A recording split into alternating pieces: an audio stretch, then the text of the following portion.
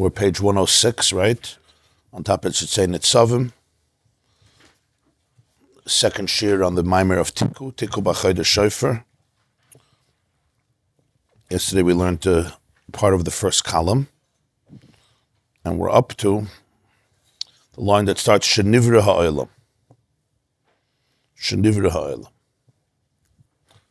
So the main point that we discussed yesterday, following the Bavram's question, I don't know if he's here, is not,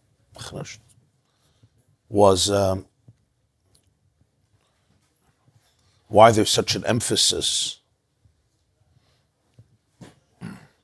in this Maimer and in many Maimarim that creation didn't change oneness. There was a tzimtzum, and the tzimtzum is what allows for what we call bria, or in the lashon of the Maimer, it allows for malchus, malchuscha, malchus kol olamim, the gili of malchus, which means Hashem's presence as the consciousness of a universe, allowing for the existence of a universe, because malchus is always a relationship. Malchus is leadership, a relationship. Ein melech b'loyam, a relationship always requires somebody you're relating to. It's connectivity, it's attachment with someone. And that's the definition of leadership. Leadership is someone, a real leader focuses on the other. That's what leadership is. You have a leader, I'm a leader because I want your validation, or I want the power, I want the influence, but then I'm not a leader, I'm actually dependent. Like Rabbi Salanta said, Pnei HaDerk, Pnei HaKelev. It says in Mishnayos and Seitzei that there'll be a time that the face of the generation is going to be like the face of the dog. So Rabbi Salanta said, what type of example is that? So he said, a dog often runs ahead of its master. When it comes to a fork, it turns around to wait and see where he wants to go. So the whole time, it looks like he's the leader. When it comes to an important moment, he knows that he's a kelev, he has an owner, he has a master. So he said, Pnei HaDerke, Pnei HaKelev. I may look like I'm a leader, but really, at any fateful moment, I have to see what you're going to say. You know, what do the polls say? Or what does this one feel, or what does that one feel, in order to be able to make a decision. So real leadership, where I'm actually thinking about the other, and not in a needy way, because then I can't really lead. So that's what Malchus represents. Malchuscha, Malchus kol olamim. So Malchus always requires otherness, and that's why he calls it Malchus, is the source of the Helam, the concealment, that can create a world, a universe. And for this, the Ein Sof had to, so to speak, be mitzamtzim, as he says, conceal or condense, filter the the shefa, the flow of infinity. There should be only the gili of the pchina, the dimension of Hashem as Malchus, which is Hashem as the engine, as the core, as the battery, as the consciousness of the universe. And from that comes their existence. And then he added that this tzimtzum is from the perspective of the worlds. But legabe Hashem, there's no change. And that's what we discussed at length yesterday. Why this point is so important. It's not just a philosophical point about change, but it also defines the entire experience of how we understand creation and separateness. And the example we gave yesterday at length was when a person can go back and ask themselves, what is the thought, or what are the thoughts or beliefs and ideas that may be at the core of a person's self-conceptualization, and on those thoughts, or on that thought, that thought is the axis upon which so many of his or her beliefs and thoughts and ideas and therefore emotions and sensations and experiences run. And that may come from a major sense of concealment, from a major sense of tzimtzum. So the fact that you say that there's a state in which we can trace back existence to pre-separateness, to absolute oneness and infinity, is so crucial and important. That was the main point. So now he continues. When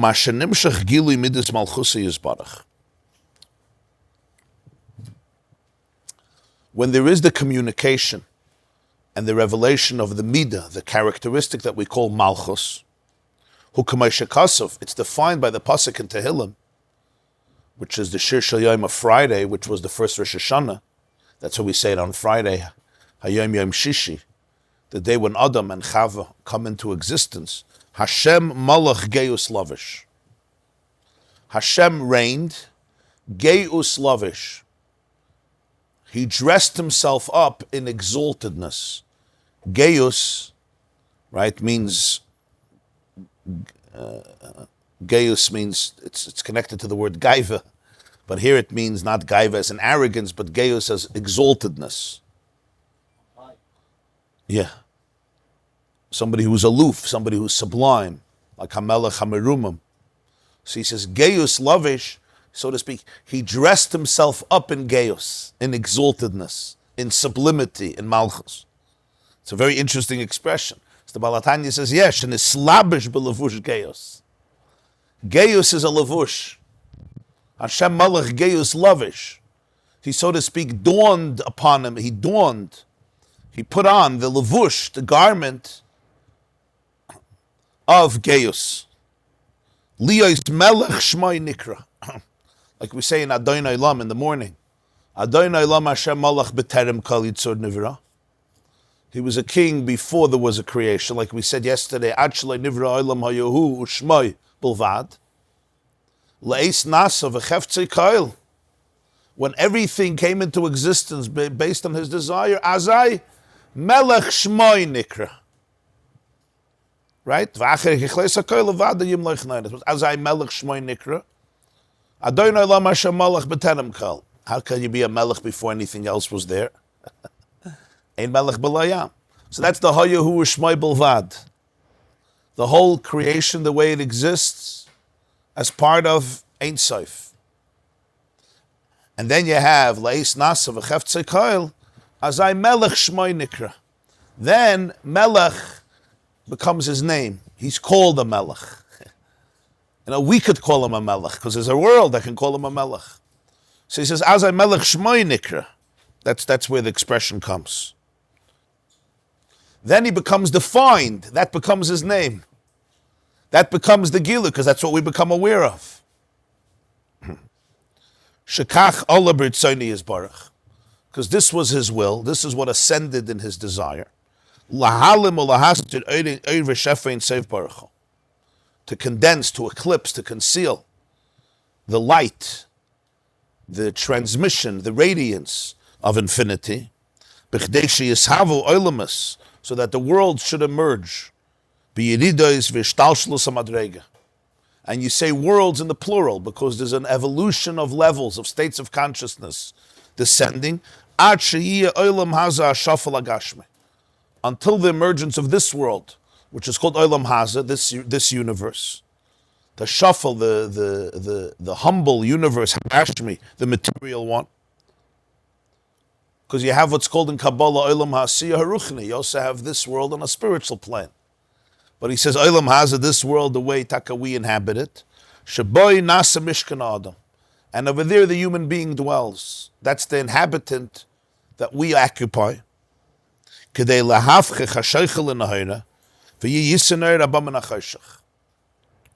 the purpose is to ultimately transform the darkness into light. And then there's even a deeper light. It says in Koheles, Shlomo Melech says,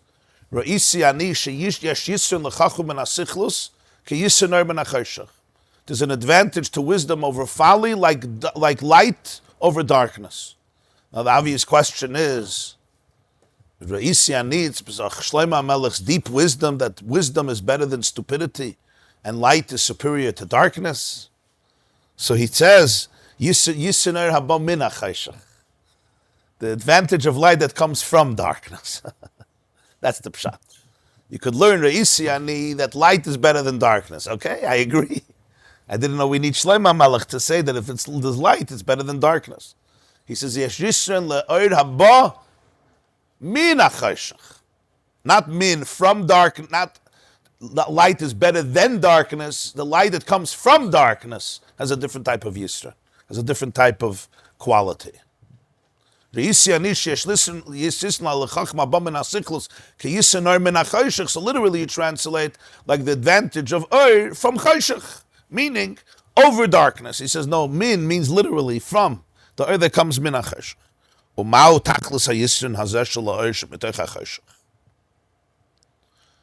What is this yisrin? What is this superiority? Yisrin from the word yeser, like yisra, right? Yoser. What is this yisrin of the oir from the darkness? Kachu rotzen elyon baruch. This is the rotzen of Hashem. L'mayla mebchinas chachma v'asaga. And this comes from rotzen, from desire, which is deeper than chachma, than wisdom, than hasaga, than comprehension. V'nikra b'zoyer, in Zoyer it's called bereish hormenusa de malka. Hormenusa in Aramaic is rotzen, desire.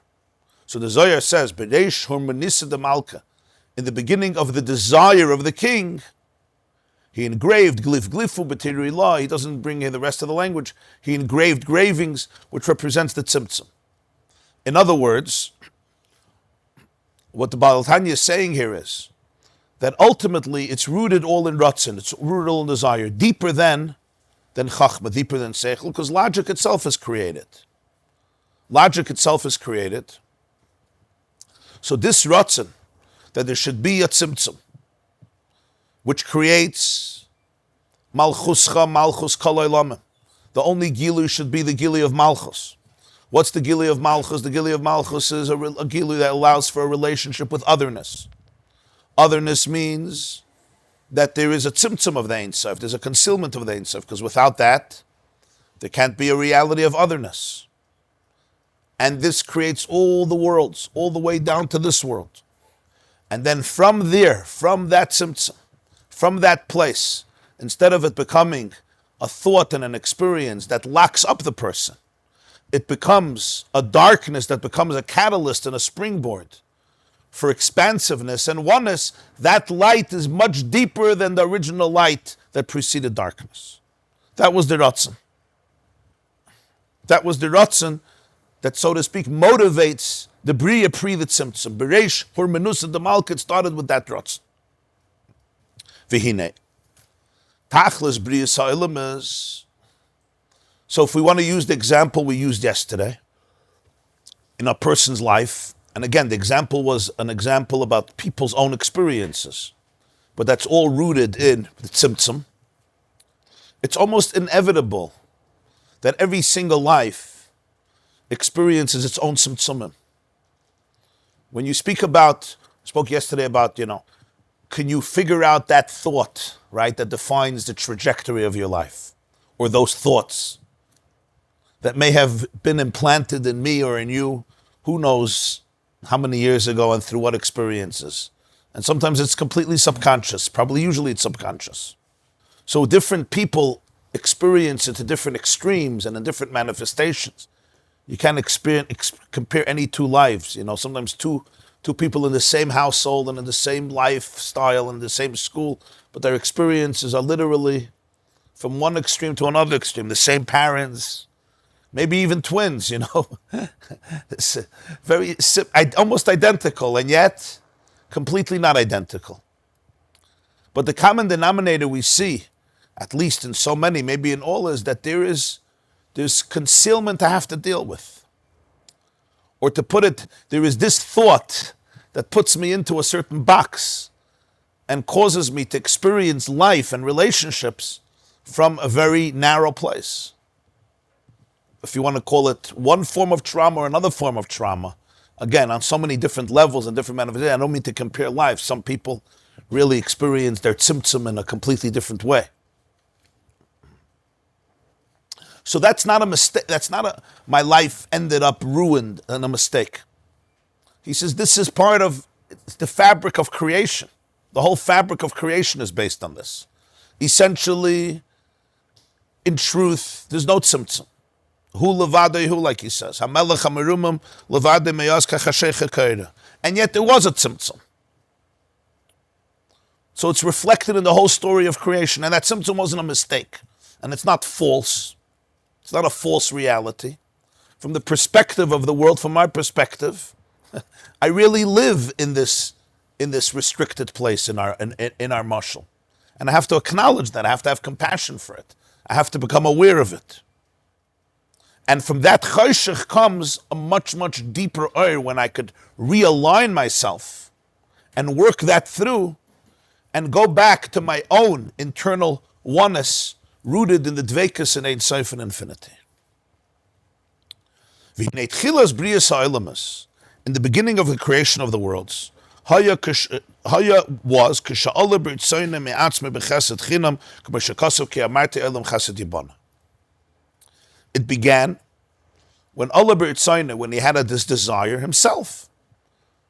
As the pasuk says, I said that the world is built on chesed, on kindness, on grace.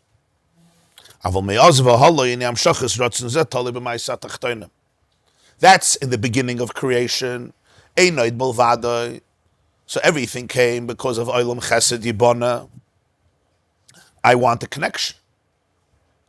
Once there is that connection, he says now it's a relationship. So now the relationship is talui, it depends on Maisa Tachtoinim, on the work, on the experience of the Tachtoinim, of those created beings who live in this world, who live in Olam Haza. It's not just a one-way relationship. Pre-creation, right? There's levadei, hu levadei, hayahu shmai belvad.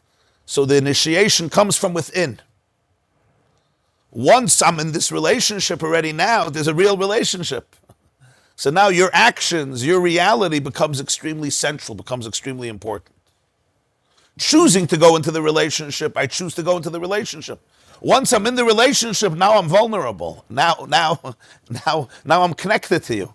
Now we impact each other in a very profound way. So he says, now it's tali b'ma'aseh tachtonim. V'hinei ikir. So now we go back to what he started. That this month, Chodesh Tishrei, is called Chodesh. All the months of the year are called the months of the year. It's a renewal within the year. But the one month that's called Chodesh, Tiku, Bachodesh, just the month, is Tishrei. Why? Because then is just the renewal of everything, the rebooting of everything, not just the specific energy of the month, but the whole chiyus of all the worlds is mischadesh. That's what he said in the beginning of the Maimer. And just like you have a head in a person, nefesh, you have a head in space, and you have a head in time. You have a brain in time. What's the brain of time? That's Rosh Hashanah, Rosh Hashanah. Just like you have every month, Rosh Chodesh, the head of the month, you have the head of the year. And in the head, you have concentrated the brain power, the consciousness. It's the seat of the life force of a person, which then is extended from the brain through the central nervous system to every single part of the body, until the tiniest particle of cell of the body, but it all begins in the brain. That's Rosh Hashanah. And he said every year, there's a new chiyus that is renewed, a new energy that is renewed. The question is, what are we renewing? So he started to say this chiddush is that there should be Gilui Malchusa Yizbarach. That's what he started to explain. What Malchus is, Malchus Kol Olam. So now he finishes that point. That Ikir Zman Hamshachas HaRatzon Hazeh, the primary time, Ikir, the primary time of the flow of this Ratzon, of this desire, the desire for the very connection, for the very relationship, the desire that is deeper than everything because it motivates everything. It's the quintessential desire that predates the whole experience of Bria. He says the flow of this Ratzon is Rosh Hashanah. Shaboy hischatshus achayis klali shel shana haba. Then is the renewal, the rejuvenation of the world, because it's the hischachos, it's the renewal of the general chiyus, not just every month you have a Rish Chodesh. But here we're not talking about every month, we're talking about the chiyus klali. It encompasses the totality of the year, of the next year. And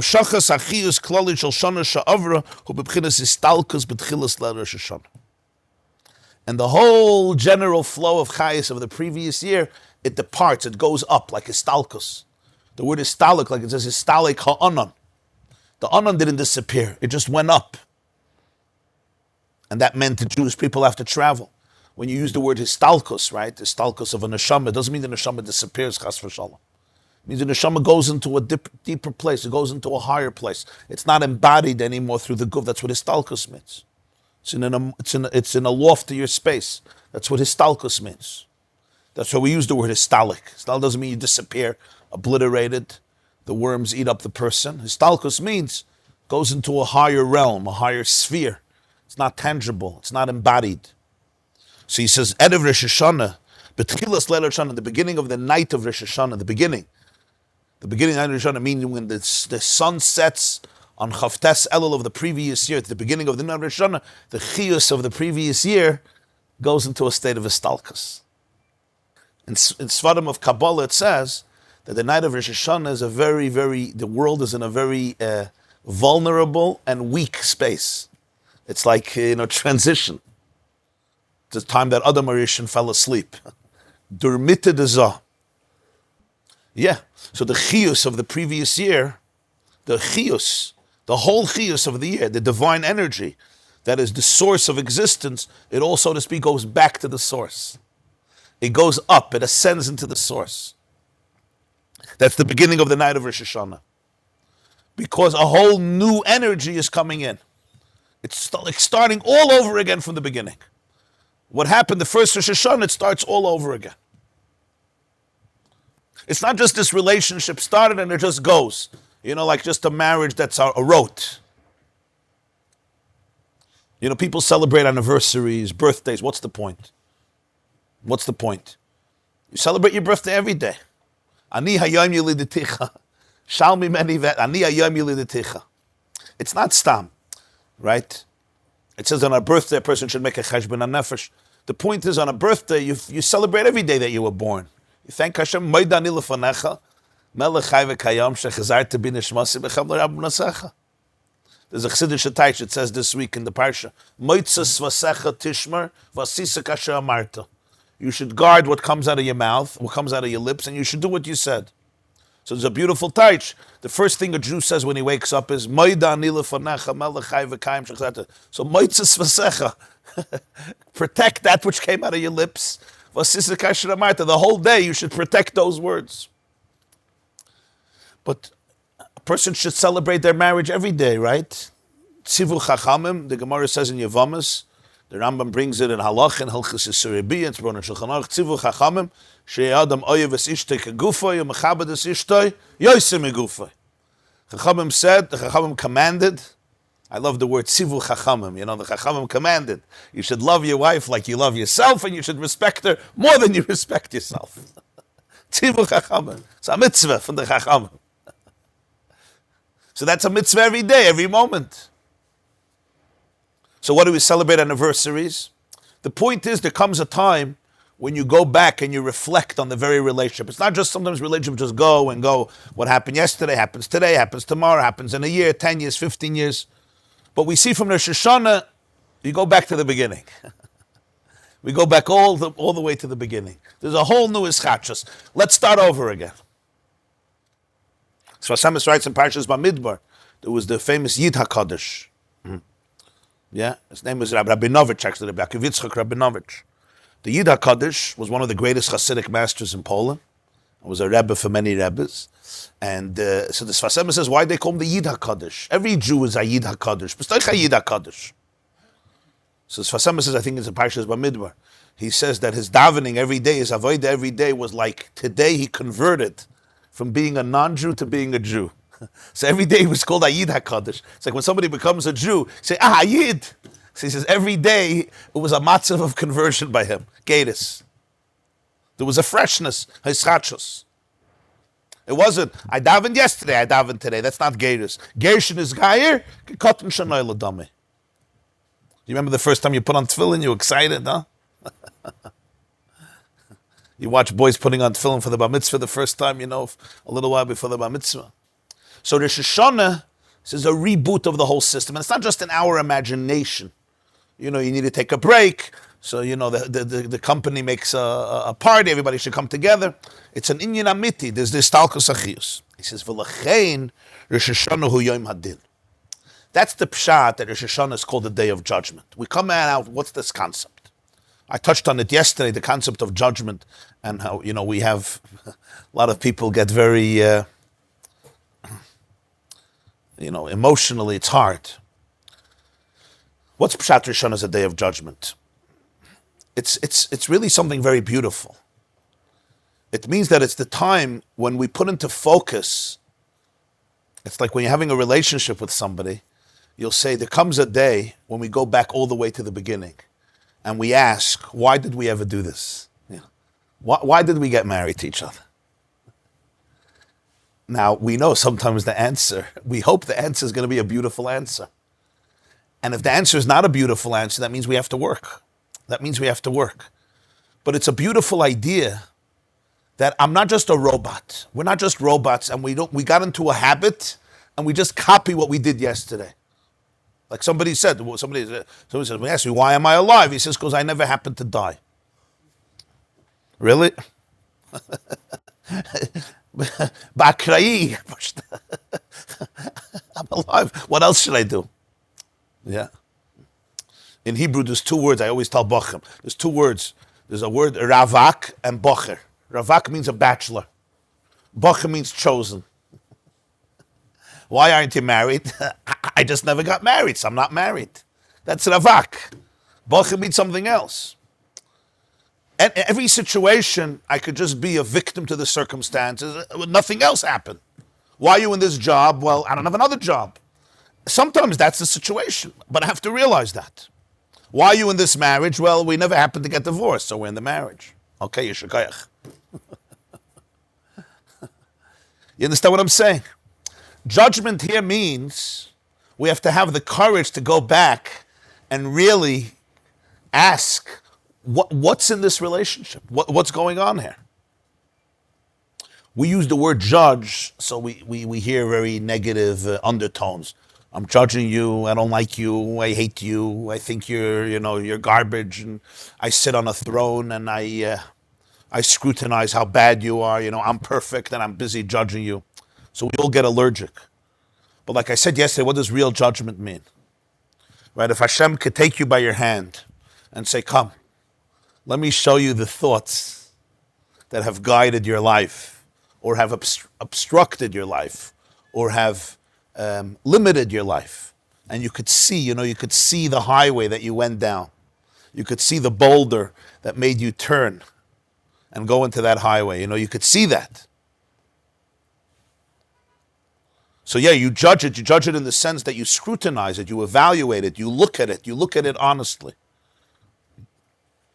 So he says, not on Rosh Hashanah, it's like we're in the action.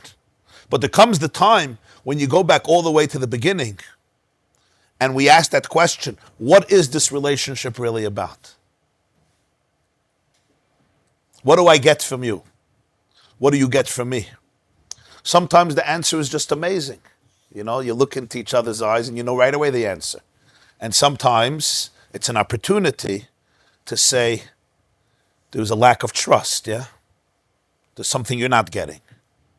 That conversation is not an easy conversation. But without that conversation, how could you live? How could you live a meaningful life?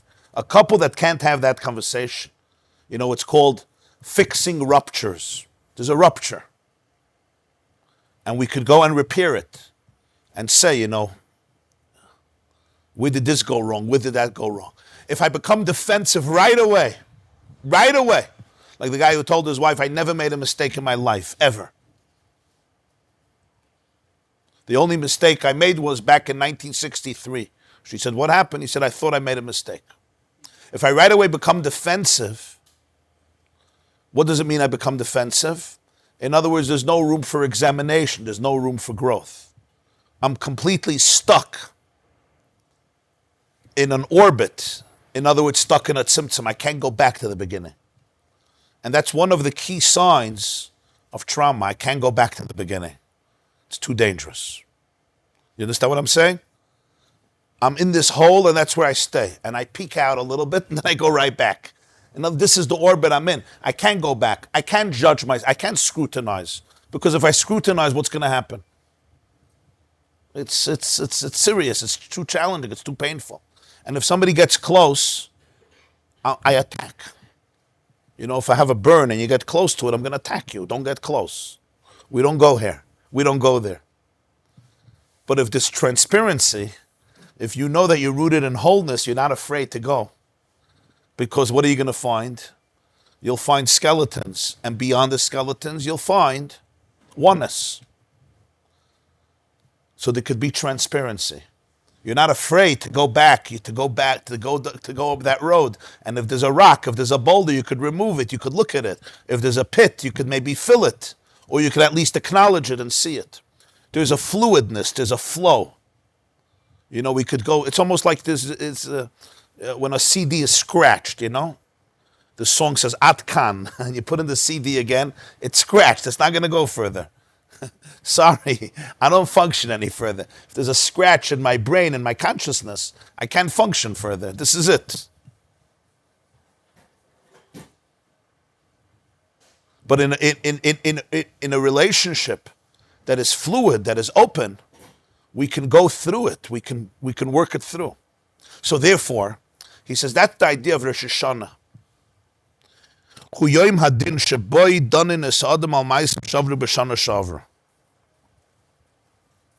That's the whole idea of Yom Hadin.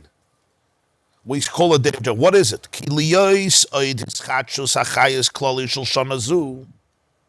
Since there's going to be a whole renewal of the energy, so everything emerges to the front. Who are you? Who am I? How deep is my relationship with myself and b'meila with Hashem? He says, Yesh kitrugim. Yesh also kama kitrugim ala adam im royu hu lekach liyas nimshach al yadei ratzon ha'elyon baruch hu begilim malchus yisbarach. The question is, where am I in the relationship? Kitrugim here means, a katrug is a prosecutor. But here what he's saying is, everything comes up. Where am I? Where am I in terms of this connectivity? Ayeka, right? One of the first questions Hashem asks Adam, the first question after the tree is, Ayeka, where are you? So there's the famous word of the Balatanya. He said in prison, you know the story, Ayeka, right?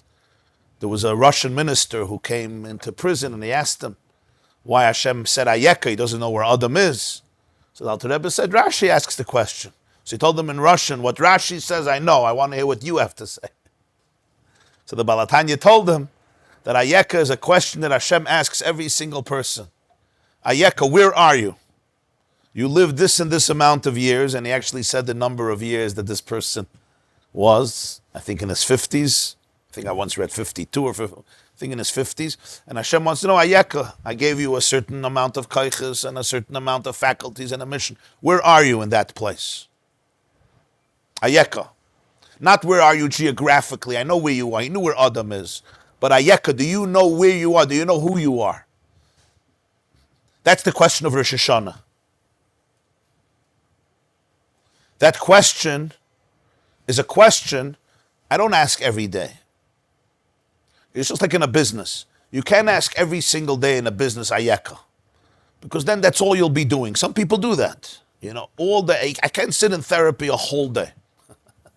And my whole life, that's all I do, asking Ayeka. Yeah, you got to make some money. But once a year, you got to stop and let's go back to the beginning. Why am I involved in this? Is this who I am? Is this what I need? Am I showing up? Most of a marriage is taking out the garbage. Pay tuition. Kids have to be brought to school. You're going to sit and say, so why are we married? Supper, laundry. The IRS, yeah, Yankee needs a haircut, yeah. There's no food for supper. Medaftan. And that's where the relationship happens. But once in a while we go back. The old chiyus goes back and I go back to the beginning. If I cannot go back to the beginning, it means I got stuck somewhere. There's no flow. There's no flow from the beginning to the end. Milmaila to lamata. So Rosh Hashanah, I can only be comfortable with Rosh Hashanah if I'm comfortable with going back to the beginning. And since it's so hard for us to go back to the beginning, it's a very hard day. And people feel it. It's very hard for me to strip myself from all my layers and go back to the pre-verbal, primal state, pre-every concealment, pre-every tzimtzum. It's that day of complete ischachos. And if I have taka been stuck, if that tzimtzum made me stuck in my own little box, I don't want anybody to take me out of there. Hischachos is too dangerous. But hischachos is everything. It's the miracle of renewal. It's of course I want to, of course let's judge this. Of course I want to see where the rupture is. And that's the value, again, of knowing about the place beyond Tzimtzum. I'm only afraid of dealing with ruptures if there's no survival outside of it. He thought it's an insult to his dignity. What are you doing? It's like, as though I just do nothing. You know, I sit on a couch and watch clips. It's probably what he does, but could be he gets paid for it. I don't know. He's a hardworking guy. My point is, B'chol Rechecha Da'eyu means, B'chol Rechecha Da'eyu, there's always a relationship. When the relationship Ba'avo B'rotzen, he says, there's people, we don't have a connection. Once in a while I remember you and I do my duties. That's called frikasel. In other words, there's a rupture in the relationship. I do everything right. I come home on time and I do my obligations. I fulfill the ksuva. But we're not really in a... once in a while I remember you. But to say that there's an active, ongoing ratzin and av, it's not. So that's a mashal, huh? This he calls prikasel, yeah. In Likkutei Torah, this most subtle elements emerge. So it's called prikasel. Another person would say it's a wonderful marriage. Was willst du? Shachris, he remembers God. Mincha, Ma'ariv. What else do you want? What else do you want? I should be your eved, avadim, no existence. Those words itself means there's no relationship. You understand? Well, I should be your slave. Enough. I do shachris. Leave me alone. I do vasikin too. I do plag, mincha, Ma'ariv together. I'm good. Was willst du? But we all know in relationships between people how that works, you know. Leave me alone. Next week we'll meet for an hour, no problem, we'll talk. But now, what does this mean? It means even then there's no real connection. It's more of a forced connection. So he calls it prikas oil. It's a very subtle form of prikas oil. In a real relationship, we're always connected. We're always connected. You could call me in the middle of work. Because there's a rutz and there's an ava, but for this you have to work through your stuff. There has to be a lot of trust. You understand what I'm saying? And how do you work through things? Only by judging. Judging in the most beautiful way. It's like, can we look at what happened and what's happening? Yeah. It's not analysis just to sit on couches and analyze for the sake of analysis. It's judging in the sense of surveying, of really looking at the reality and opening up to it. And can I trust you that when I judge myself and you judge me and I judge you, it's not in a vindictive way, but it's in a way of real honesty and connection. You know, if you sit with somebody to heal and you feel that they're just judging you and criticizing you, you're never going to open up. You'll become more defensive. This happens constantly. The first thing that has to be established is trust. The only way a couple can look through their relationship and heal the ruptures if there's trust. If I'm feeling that you're going to attack me, whatever I say you're going to attack me, or you feel I'm going to attack you, and right away the other one has to become defensive, we're not going anywhere. Right? We all know that. So there has to be a real sense of true trust. Trust in ourselves and trust in each other. And trust in the relationship and trust in the love to be able to work through this. So in many ways, a whole year you prepare for Rosh Hashanah. In many ways, a whole year you prepare for Rosh Hashanah. He says, Ubefrat. The first level of Prikasel was pretty subtle. He says, Ubefrat, the first level, he did everything right. It was just most of the day, I have my own things, and then I'll show up when I have to show up. What happens if there's actually a deeper level of a rupture? If the person is actually not careful either in Sur Meirah, which is those things I have to abstain from, or Asay Tov, those things that I have to do.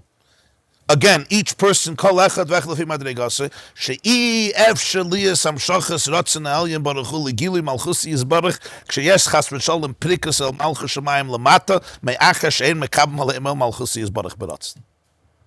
The only way this relationship can work is if we're both crazy about each other. You know, if I tell you I love you and I want to be one with you, and then you say I'm not interested, or I'm interested only a half a day. So then my ratzon is also not there, because this is not a ratzon of dictatorship. I own you. Malchusay b'ratzon kiblu aleya. So there's a connection. There's a reciprocity here. There's a real connection. There's a real relationship. So if I give you my whole desire, but my whole desire is to be able to arouse your desire so that we could connect. So it can happen only in two ways. Either I am a dictator, I force you, but then there's no relationship. So the other way is to ask you where you are, and you're not here. So automatically what happens? My ratzon ultimately is also departs, because it's not meeting anyone. You know, I'm trying to talk to you, you turn away, okay. I could force you, but that's not the relationship. So that's what he says. There was not, Rosh Hashanah is a whole new amshach of ratzon. It's like we're getting married again. I love you, Haret Mekodeshes, and you're like, I have issues to deal with. You're not the priority at the moment, okay? That's what the judgment is. The judgment of Rosh Hashanah, again, it's not judgment. I'm sitting and judging you. You know, God is sitting somewhere in heaven and looking through the Google prints out a list and he judges it. He's part of the process. He's very vulnerable, Kivayachal, in this process. Because it's my ratzon. It's Hashem's ratzon being completely renewed all over again. To renew the whole world, the whole existence, based on this ratzon. And he says, how is there going to be a ratzon for Gilui Malchusa, which is all about the relationship with the other? That's what Malchus is. When from the other side, it's like, I'm not really interested. So even the most subtle ruptures in the relationship become obvious and become evident, and they become examined. They're examined. What's going on? Because it gets stuck, you know, the ratzon gets stuck. It's like when you're talking to somebody, you're giving them their heart, and it's not being received. It's not coming back to you. So there's something there. There's something got stuck. You can almost feel like I'll tell you something, and it just didn't register. It got stuck. There's an obstruction. And we want to look at that. We want to be able to heal that. That's the din of Rosh Hashanah. The din of Rosh Hashanah is the ability to be able to survey and examine every aspect of my life, from the most deepest part to the most superficial parts, of where it stands in the relationship to ultimate truth and ultimate oneness. In the parentheses, he brings a source from another mimer. The next line, Daf Nun Dalet, column 1, the next column. Mashenkin ksheyesh prikas oil zeh b'chinas albish shamayim kadrus.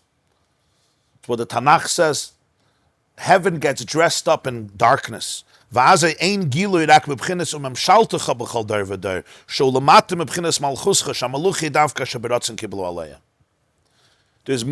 and there's memshala. Memshala is dictatorship. Melucha is leadership. Malchusai b'ratzon kiblu aleya. You can't force yourself to be a melech. You could force yourself to be a marshal. The dictators and tyrants of history, They force the people to accept their authority. That's called a moshel, not a melech. Like we say in Ma'ariv, Malchus is always beratzen. So there's Malchus Malchus kol olamim, and there's Memshaltecha b'chol der v'der. Sometimes I'm not ready for Malucha. There'll be Memshala. Memshala means it's almost like there's a relationship. There's always a relationship here because I'm alive. But there's no passion. There's no reciprocity. It's just, I respond to it almost robotically. Elishalzen Nemar, on this the pasuk says, Soymech Hashem l'chol ha'noiflim, v'zoykef l'chol ha'kfufim, liyos einei choylei lecha yisaberu. We say in Ashrei, there's letters Samach and Ayin. So what's Samach? Hashem supports all those who fall. He brings up Zoykef. He stands, all those who are kfufim, they're bent down, they should stand erect, Zoykef, like Koima Skufa. Einei choylei lecha yisaberu. The eyes of all long to you, and you give them their food in the right time. You open your hand and you satiate every living being according to his will. And as it says in the Poskim, that by that pasuk, it's a key pasuk where one has to have special kavanah intent. So he explains. Hashem supports all the Neuflim. When we read these psukim, they don't look like a sequence, the real sequence. Okay, one idea, another idea, all nice ideas. He says, no, it's one connection. He supports all those who are falling. What does it mean he supports them? That the eyes should long to you. That's the saimach. That's the support. Liyos hashivra in vatoichelas asher kol adam yimshich achareh b'ritzoynei v'chevtzoi hu sheyoyer Hashem belibo Eliyas mekabel vel malchus shamayim ba'ava v'ratzon. A neufel means when I'm in a relationship, but there's no passion. So the saimach, the support is that einei choyle lecha, the eyes should long to you. In other words, that the longing of a person, what am I drawn to? What am I gravitating to? What is my desire? I want that Hashem's light should shine in my heart. That the oil malchus shamayim should be accepted by the person with love and passion. So now you have the third pasuk. What's that? Aidei psichas hayudin al tikri yadecha ela yudecha. Poiseach es yadecha. Of course, in Tanakh, we have Nekudus. We pronounce it, but it's not written with Nekudus. So, Poiseach es Yudecha. You open the Yud. The hand, Yad, is also Yud, the letter Yud.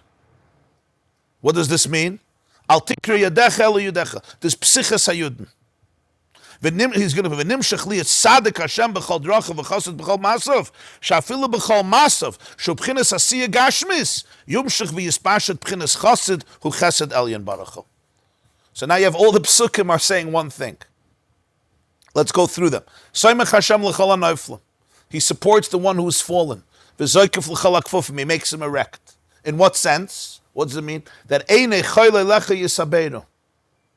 my longing should be towards you.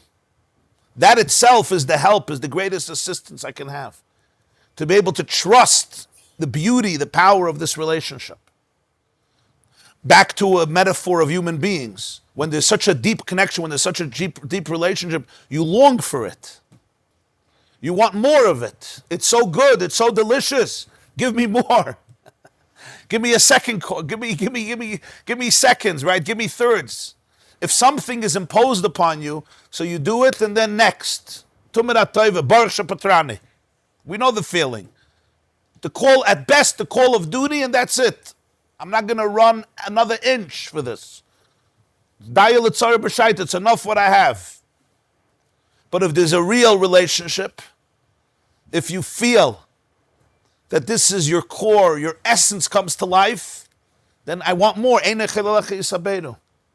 So what happens? From his side, the Yud is tzimtzum. The Yud is the whole light got shrinked into Yud. The Yud opens up. The Mefarshim struggle. This must be a l'chol chai ratzon. So it must be a l'chol chai that you feel his ratzon.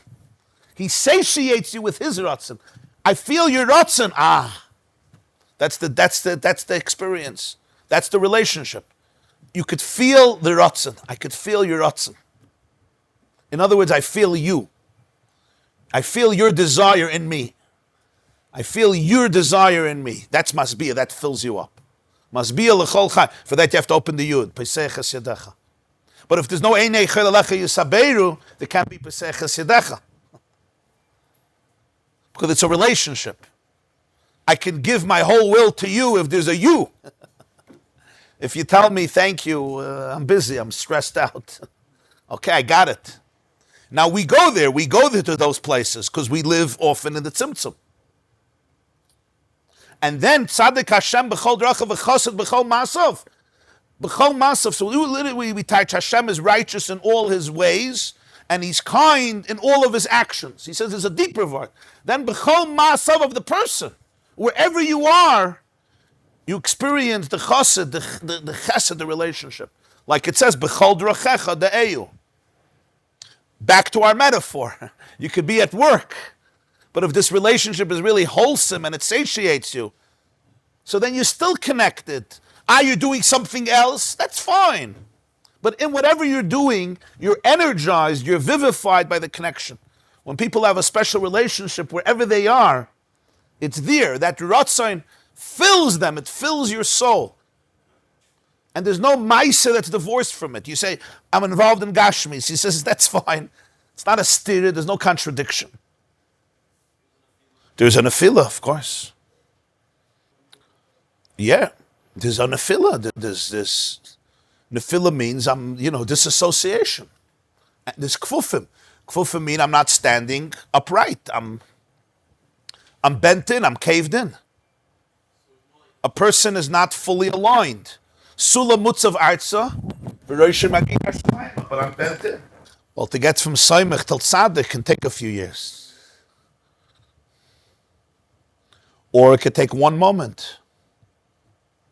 It says in Zohar that Tshuva is b'shayte chada b'rige chada. 1 moment, 1 second. It's not about time. It's about consciousness. 10 years may not be enough, and 10 seconds may be enough. You know what I mean? It's a nekuda. It's not... we all know there's a nekuda, boom, there's a shift, there's a turn. So he says, once you experience his ratzon, once you experience Hashem's ratzon, so then what happens? So then even b'chol maisav, even in all of the person's actions, which are physical actions, you remain connected to the tzaddik and to the chesed, of Hashem. Let's just finish this nekuda.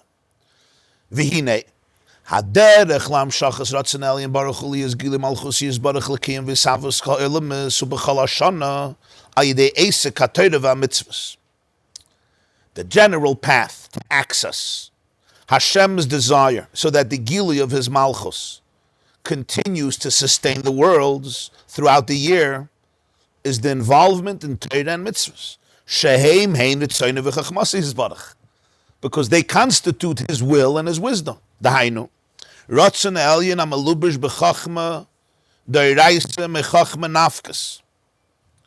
In the chachma of Torah, you have Hashem's ratzon. This is his desire. It says in Zohar, Torah comes from chachma, but this chachma is a manifestation of his desire. She'im b'chinas taimei ha-mitzvahs she'yizgalu la'asit. Shehu hamshachas oidein seif baruch hu aganus b'chol mitzvah l'v'b'chinasa v'erka. These are the reasons of the mitzvahs. Now the reasons of the mitzvahs, even though some of them we know now, but the full reasons are going to be revealed in the future by Mashiach. What does this mean? What does it mean? What's the reason of a mitzvah? He says basically, every mitzvah has embedded in it the light of Ein Sof. But it's ganuz in the mitzvah. For me, sometimes a mitzvah is just a technical thing, but really it's the Ein Sof. When there's going to be the gilui of the Ein Sof in the world, so there's going to be the gilui, the revelation of the depth of every mitzvah. What's in every mitzvah? It's Hashem's ratzon that's being expressed. How much is manifested of it? That depends on the person, that depends on the world. Generally, Torah and mitzvahs represents The light of Hashem, which is manifested, which is clothed in Chachmei Lo, which is the divine wisdom. And that's Torah. Torah is Hashem's wisdom. It's Hashem's way of thinking. It's Hashem's way of looking at the world. It's His perspective. Every svara in Gemara, every svara in Mishnayos is Chachmasa Shel HaKadosh Baruch Hu. Why do we learn the arguments? Reb Ami says this, Reb Asi says this, Rav says this, Shmuel says, just learn the halacha.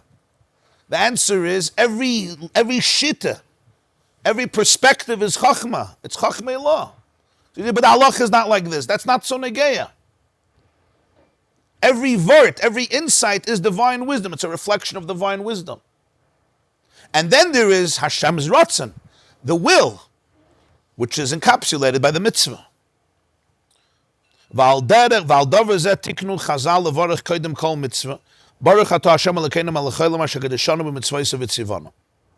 this they made a bracha before every mitzvah.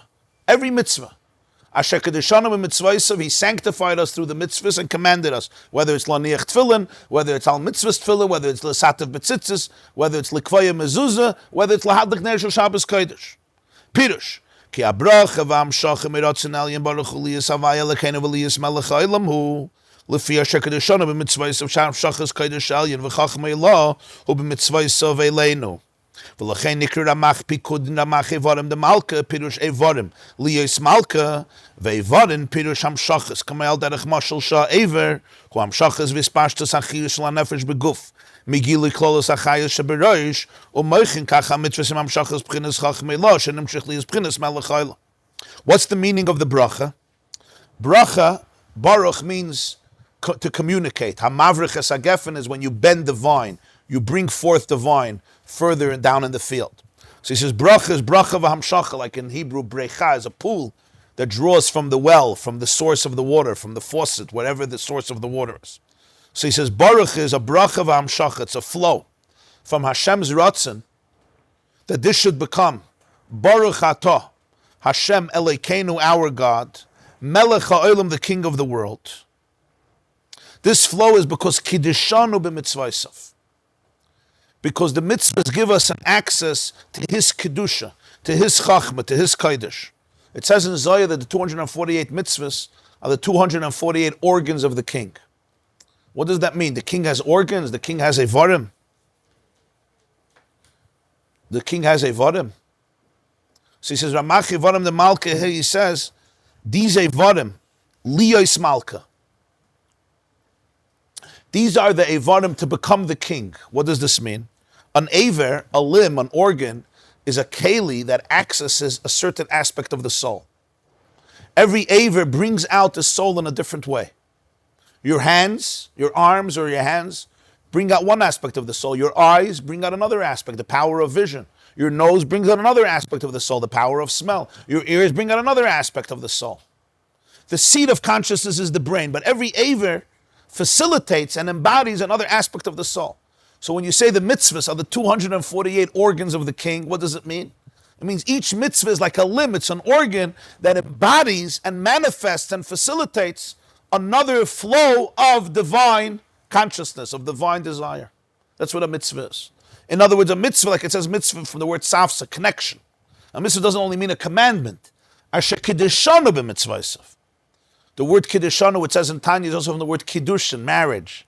Harayat mekudeshes. Kiddishanu b'mitzvaysav. He was mekadesh us. He betrothed us. He married us with the mitzvah. The mitzvah is an opportunity for connection. Connection with what? Connection with the infinite. Connection with the ratzon. Just like an aver, the soul without a body can't be embodied.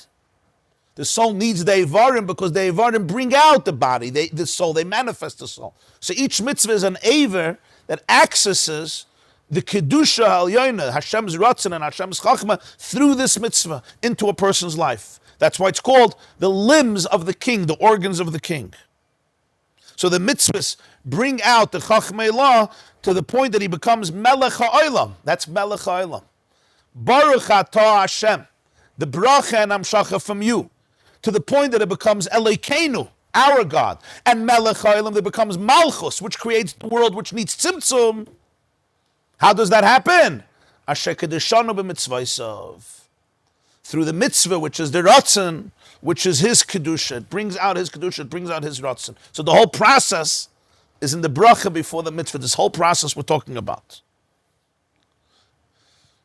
That access is the ratzon, because that is the ratzon. There's an expression in Gemara, mitzvahs require kavanah. It's actually a machloikas, do mitzvahs need kavanah, do mitzvahs not need kavanah? But certainly everybody holds that it's much better if mitzvahs have kavanah. And many shittas hold that mitzvahs strichas kavanah. La halacha, we paskin that usually mitzvahs min ha-Torah need kavanah. So literally it means you have to have kavanah that you want to do the mitzvah. Right? I'm blowing shofar, I have kavanah that I want to do the mitzvah of shofar. I'm reading the Megillah, I want to do the mitzvah of Megillah. He says, Sham mitzvahs yesh ben beis b'chinas. But there's a deeper element here. Mitzvahs have two aspects. Aleph, shekachu mitzvahs ha-melech shetziva aleinu. One is, this is the mitzvah that he told us. This is a commandment. Ha-Bais, hi kavanasa, shem taimei ha-mitzvahs. Shebehem v'al yodem nimshach erin tzek baruch ha-melubash b'chinas chachmei la. One element of mitzvah is, this is what Hashem wants. Another element of mitzvah is the reason for the mitzvah. What do we mean the reason for the mitzvah? Experiencing the divinity that flows through this mitzvah. That this mitzvah is a keli for Erein Sof, which is manifested in Chachmei Law, in the wisdom behind this mitzvah. This comes through this mitzvah. That's why before many mitzvahs, many communities have a minhag to say for the unity of Kudsha Brichu and Shchinte. Shchinte, b'chinas mitzvahs ha-melech, b'chinas b'malach kalalma. What's the unity of Kudsha Brichu and Shchina? Shchinte is the divine energy that dwells in the world. That's the mitzvah of the king, which is called Mamalach Kalalman, and it fills the worlds. Kudsha Brichu, hu b'chinas kadosh ha-muvdal, b'chinas soivav kalalman, hu b'chinas hamshachas erein soif baruch Hashem m'shachum mitzvah. This is the Ein Sof that comes through this mitzvah. V'tzarech li is b'chinas yichud. You want to unite them. Ki no it's soifam b'tchilasam. What does this mean? Mitzvah strichis kavana. Mitzvahs require kavanah. One element of the mitzvah is, I'm doing the mitzvah. Hashem wants me to do the mitzvah. I'm doing the mitzvah, and I'm connecting to that. But mitzvah strichas kavanah. Kavanah means, he's saying it here on a deeper level, kavanah is the Ein Sof that's embedded in the mitzvah. The Chachmei Law, the divine wisdom that's embedded in the mitzvah. That's completely transcendent of the finiteness. It's rooted in infinity. Mitzvah strichas kavana. L'shem yichud kudsha brichu shchinte.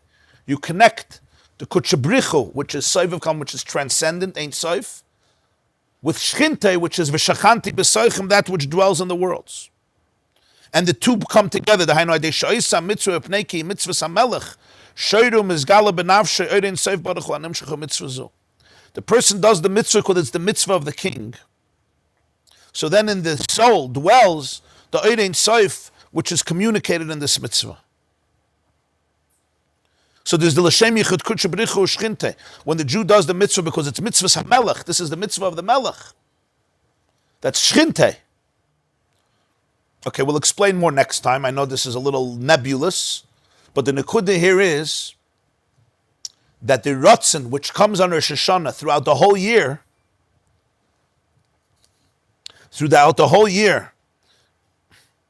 accessing that ratzon, living with that ratzon, responding to that ratzon, that's the path of Torah and Mitzvahs, which is basically the limbs, the organs of the soul, of the body, which access that will and that desire in a very conscious and manifested way. Torah and Mitzvahs is the blueprint behind creation. It's the will behind creation. It's the wisdom behind creation. So therefore, that's the derech throughout the year, the whole year, to be able to access that flow of energy and be in an active relationship with your own source, with the source and the core of the whole creation. It'll be more understood in the continuation. Be'ezer Hashem, we'll continue the Maimer Thursday morning, 7:45. 9:30 we have here a women's class in this room. Everybody have a beautiful day. Yeah, we'll soon see how Shofar comes in. It's going to be later. Yeah. The mitzvah is the connection. Shem yichud kudsha brichu shchinte. Saying before that, you're supposed to have in mind all the kavanas. So you say it, Kikilo, I have it. Right. You don't really know it. So over here, it seems like almost like the same thing. How are we supposed to know the divine wisdom behind this? Right. So the ultimate revelation of it is in the future. But when a person learns Torah, yeah, and learns Pnimiyus HaTorah, so you have access to some of the energy of the truth that comes out in the mitzvah. Yeah. Yeah. Yeshikoyach Gadol.